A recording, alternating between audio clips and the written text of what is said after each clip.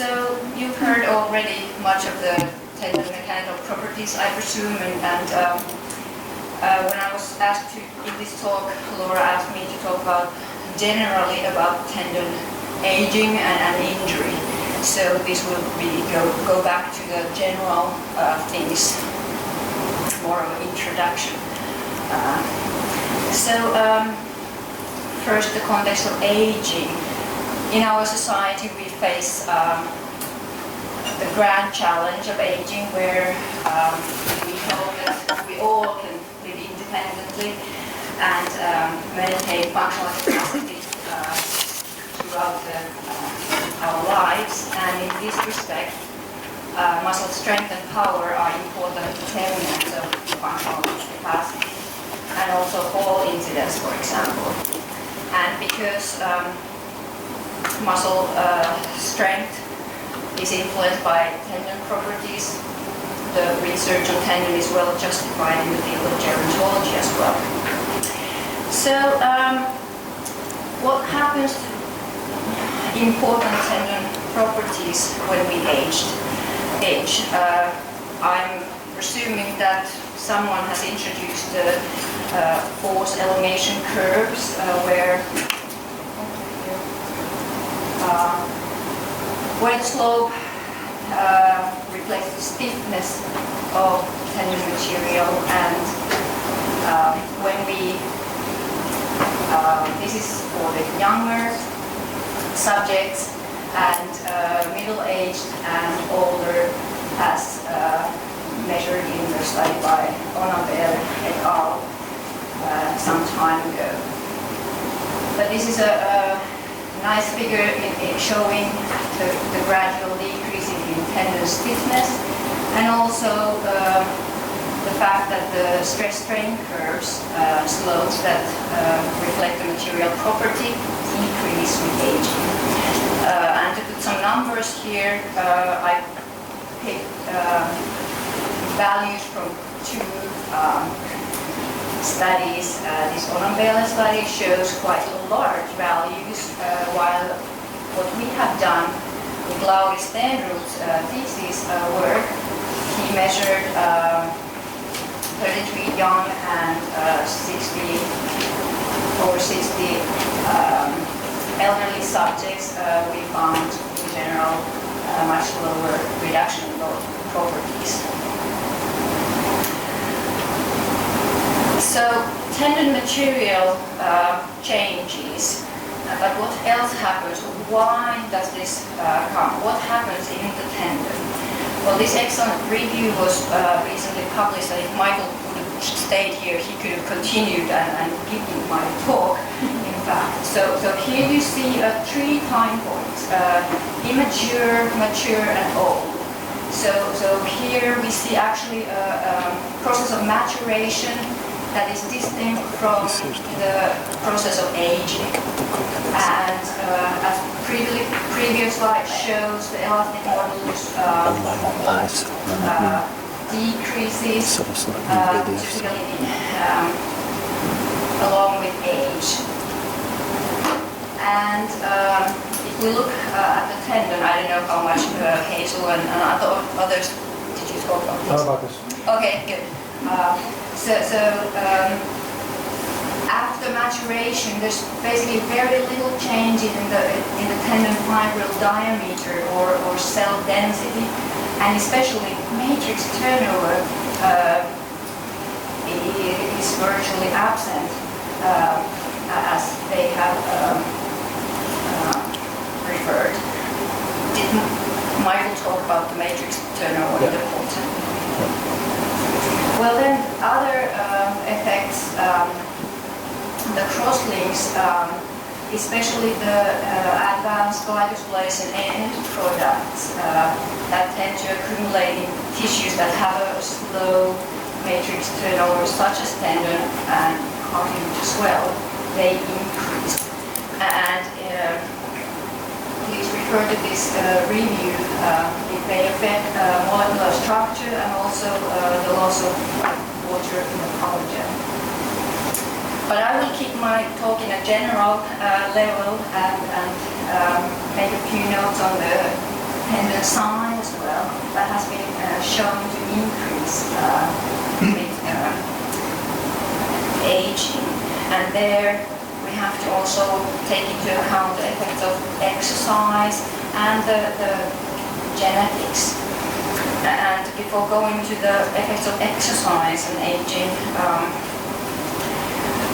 few words about the genetics. We were studying monozygotic twins.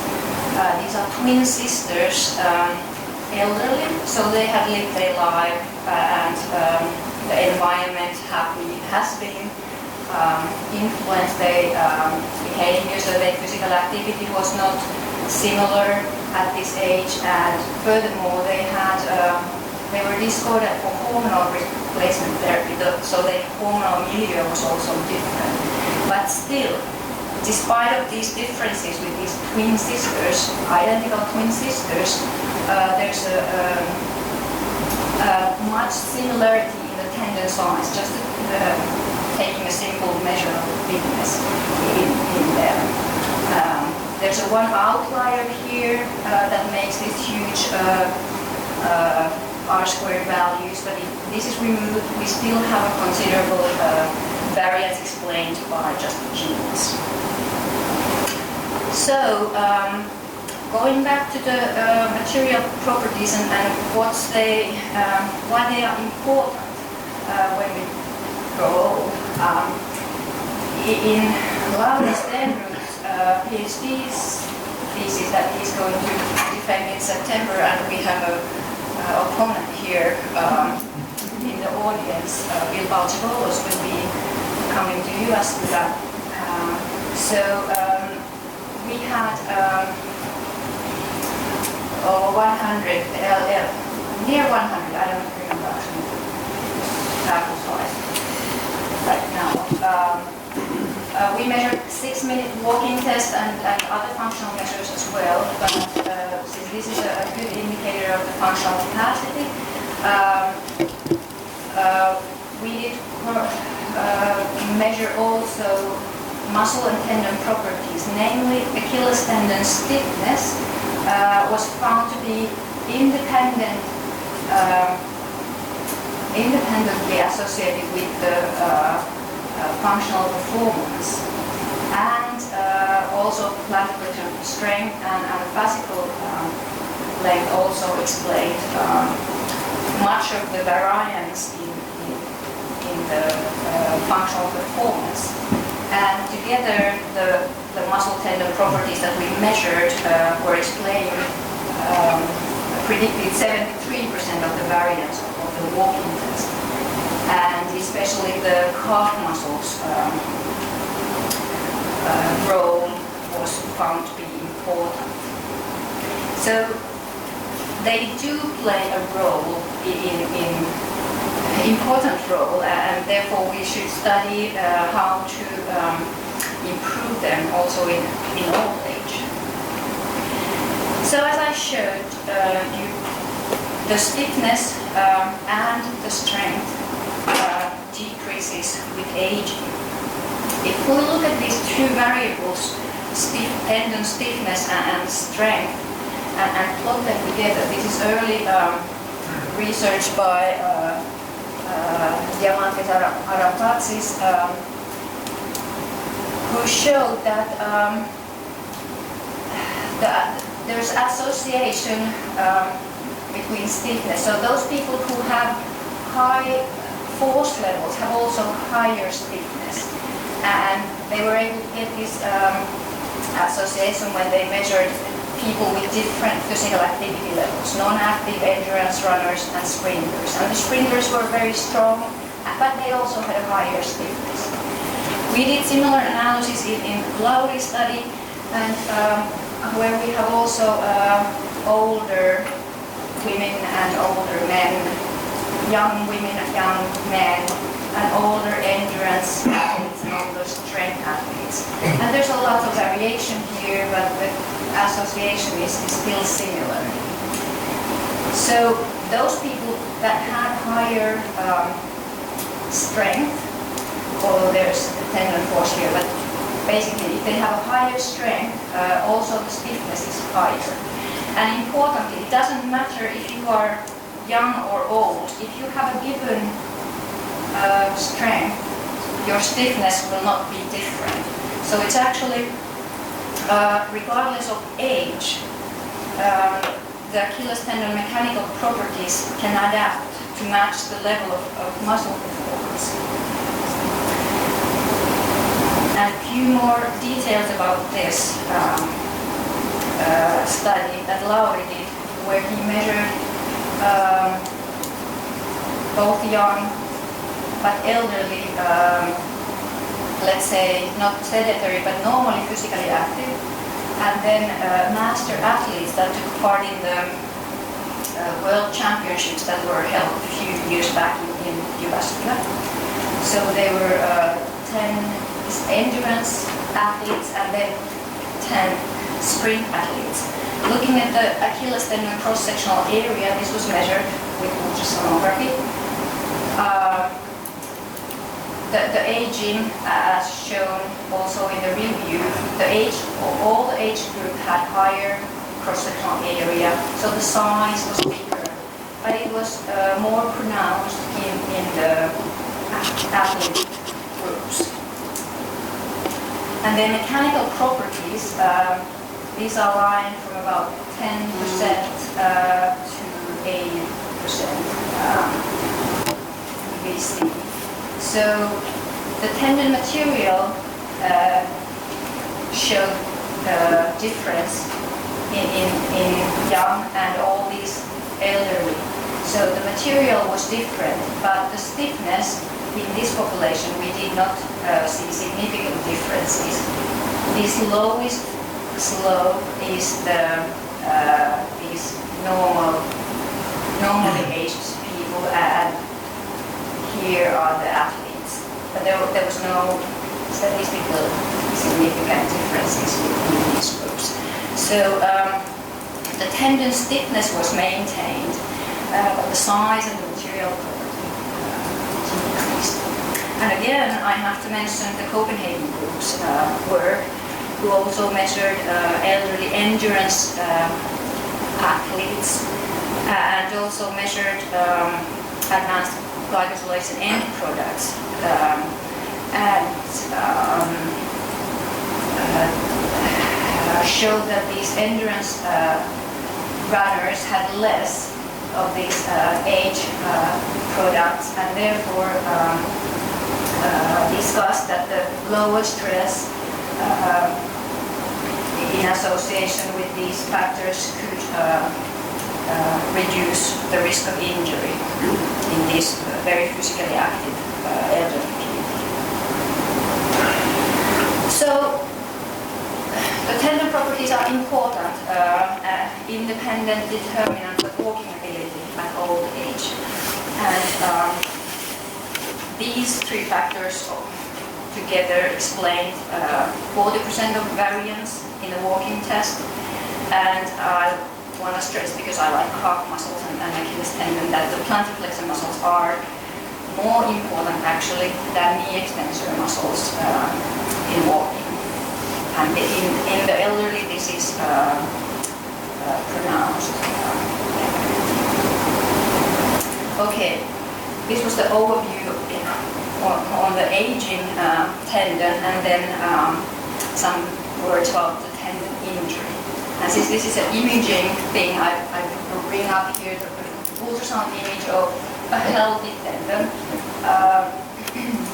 So here's a calcaneus, and tendon thickness can be measured here. So this is the tendon identified here. And I'll just briefly touch upon the painful and disabling chronic tendon injury that is often called tendinopathy, and then a few words about the Achilles tendon rupture cases as well. So here we have other images that look different from a healthy tendon. So this is a longitudinal image, and this is a cross-sectional image of this same tendon. So if you I heard there are clinicians as well. Would you diagnose this as a, tendinopathy or what? Would you say it's an unhealthy tendon?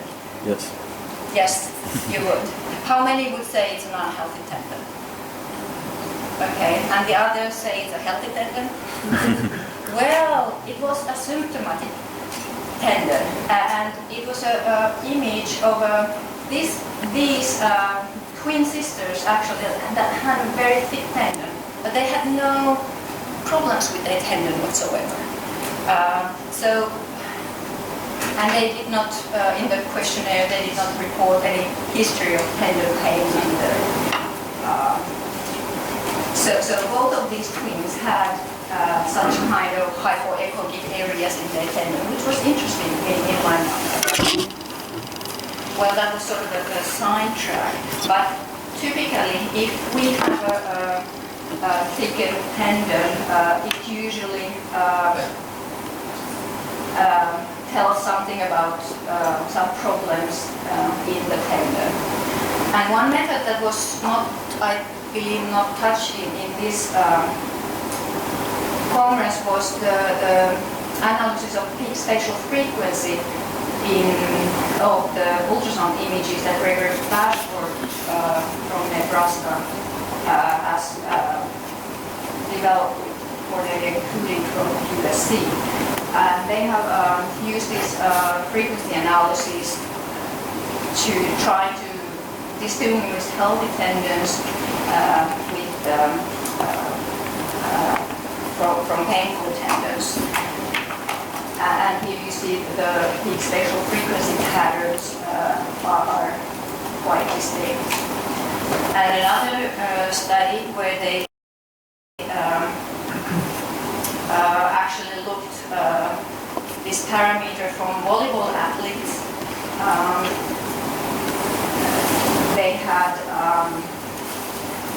They found that it was the volleyball players had thicker tendons as expected because they train. But then when doing this peak spatial frequency analysis, the volleyball players with pain had lower values than asymptomatic volleyball players or control subjects. And they concluded that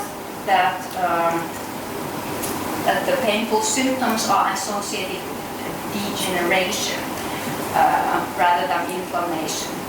And I had a note here about the inflammation, which probably Michael already touched upon, that chronically overloaded tendons do typically not display enhanced inflammatory activity. However, acute tendon injury displays an early inflammatory response that is or seems to be lowered when mechanical loading is applied. So that's why the stretching is important for tendons. And Michael showed this figure about the house. This is from the review that in a healthy tendon, this region that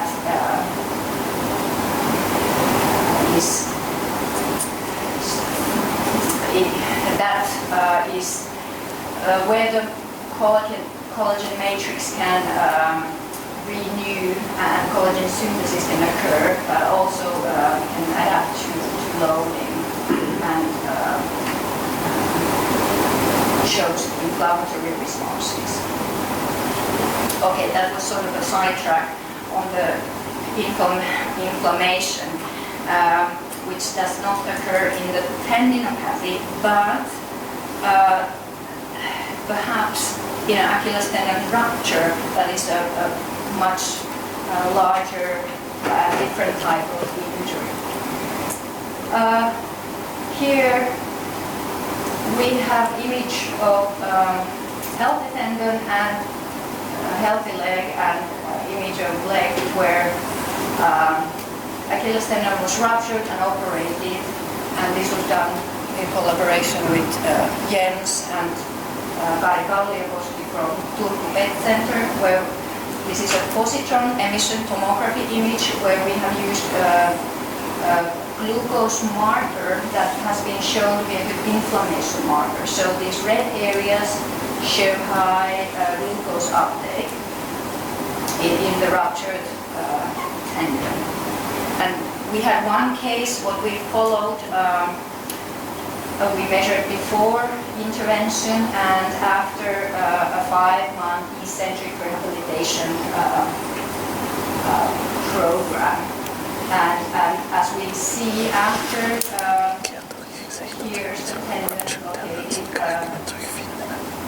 So it's dramatically reduced the glucose uptake, but there still is difference.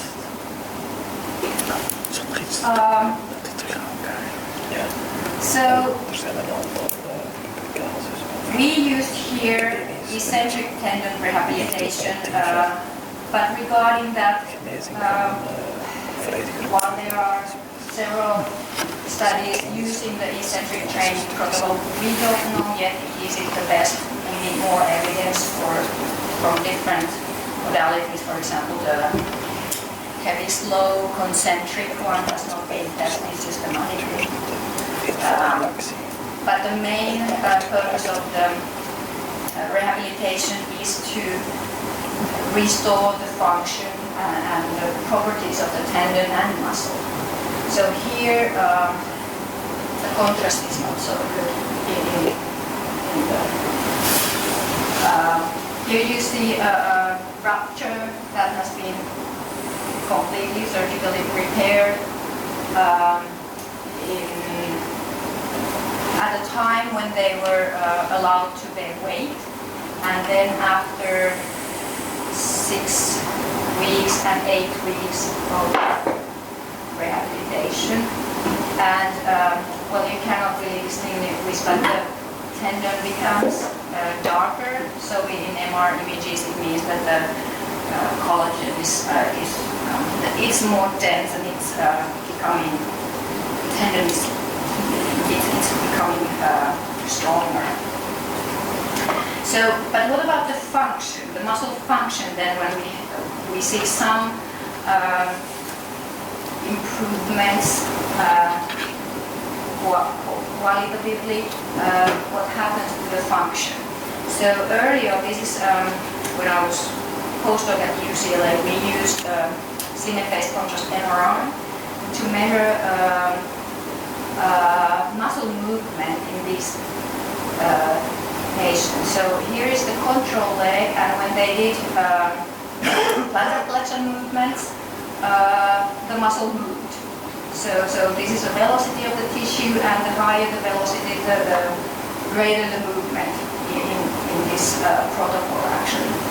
And this is the injured leg, no movement until 8 weeks after full weight bearing. However, the force is increased, plantar flexion force is increased. So why was that? Medial gastrocnemius movement also didn't increase until 8 weeks. But the deeper plantar flexure, which was actually flexor hallucis longus, showed movement. So we said and hypothesized or concluded that there's a compensation of muscle function, and even if we have restoration of force, we may not know that, okay, are these specific muscles, so triceps muscles, the ones that have been recovered enough sufficiently. Here's other subject showing similar. I didn't have the force in here, and that of course varies the velocities as well, but in essence the same story. So to come to conclusions. How should we approach, how should we understand, for example, the individual anatomy and individual muscle function, muscle coordination. So if we use nice models like finite element models, this has been done by Japanese that have making this individual is very tedious. One approach that I wanted to share with you regarding the tendon was the Australian group that made the tendon model based on the Physio project and took the Achilles tendon properties from cadaver study, Bren study, and they did the subject specificity by measuring ultrasound images from three specific regions. And what they did did axial loading, uniaxial stretch, and based on the individual subject-specific model, found different signs of predicted rupture locations. So possibly we could use subject-specific models to predict individual patterns. I like the individual anatomy. Here, for example, this is cross-section of the calf where we have the Achilles tendon, and the first bit, the most distal point where the soleus muscle is visible right here. So in this person, the soleus muscle distal attachment is just in the medial tip of tendon, as well as from this side. It's in the medial tip of the tendon. But as you can see from the bones, it's the tendon, free tendon is different length. And in these guys, the soleus actually attaches in the anterior or the deep area of the tendon. So now knowing what we know about the anatomical studies, that how do the different muscles come about, we are able to investigate all kinds of fancy things, and I'm sure others, Professor Taylor will talk probably how to get differential displacements in here. And I would like to add that I find intriguing that we are now able to do three-dimensional structural analysis. So this is the Achilles tendon and the aponeurosis of insertion of where the soleus muscles insert, and combine it with the muscle function. This is now a medial gastrocnemius muscle tendon junction and the medial gastrocnemius in the upper part, and we can do all kinds of analysis looking at the different sides and making interesting investigations. So I think I've said enough, and I'd like to thank my collaborators.